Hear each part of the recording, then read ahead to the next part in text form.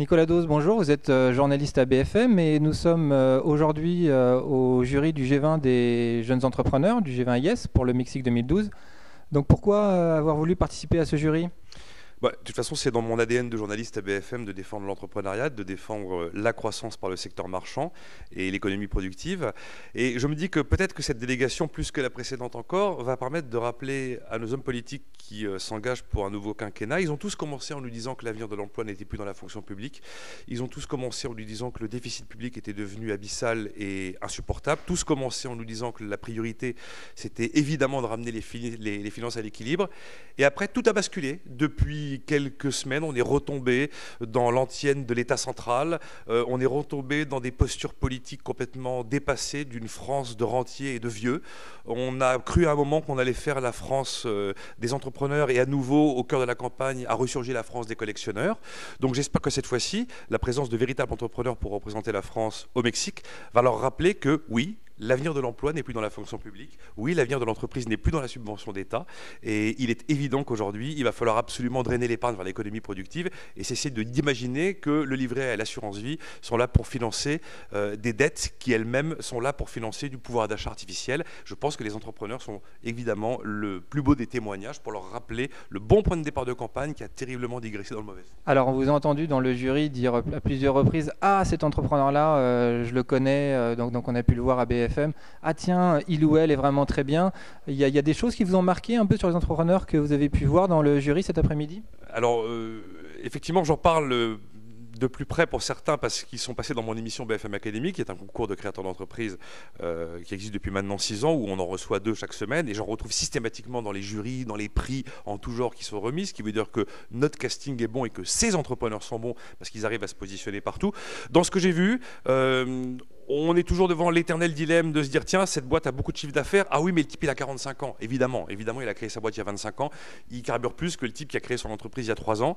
Je suis toujours fasciné quand je rencontre des jeunes entrepreneurs qui ont moins de 30 ans, qui souvent ne se payent pas mais payent des salariés et arrivent généralement au bout de 2-3 ans à avoir des croissances de 45-50% sur des idées neuves, sur des prises de risques intégrales en ayant misé toutes leurs économies.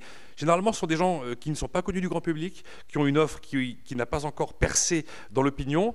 Par contre, généralement, les URSSAF et le fisc les ont repérés tout de suite et ils les connaissent très très très bien. Donc c'est pas mal que dans des occasions comme celle-là, eh bien, on puisse sanctifier finalement ces gens qui ont besoin de notoriété, qui ont besoin de clientèle, qui ont besoin de business angels, qui ont besoin d'investisseurs et qui sortent un peu des éternels soucis, doutes, complexités que représente le risque de l'entreprise en France. Mais vous ne trouvez quand même pas que nos entrepreneurs français, par rapport à d'autres entrepreneurs du G20 qu'on peut voir sur des entrepreneurs brésiliens, mexicains, enfin américains, n'osent pas encore assez, ne vont pas assez à l'international, ne vont pas assez vite ETI. Qu'est-ce qui clocherait dans ces entrepreneurs français que vous voyez en permanence ? Qu'est-ce que vous avez envie de leur dire vraiment en disant « Allez mon gars, vas-y » C'est l'éternel problème. On passe notre vie à identifier quels sont les freins, les rigidités de notre pays et pourquoi l'entreprise de taille intermédiaire n'existe pas comme en Allemagne et pourquoi l'excédent commercial a viré en déficit commercial. Tout est écrit dans les commissions, les rapports qui ont été établis depuis la commission Armand-Rueff en 1961, en passant par le livre de chevet de notre président sortant, Michel Candesu, ou les 2 commissions Attali.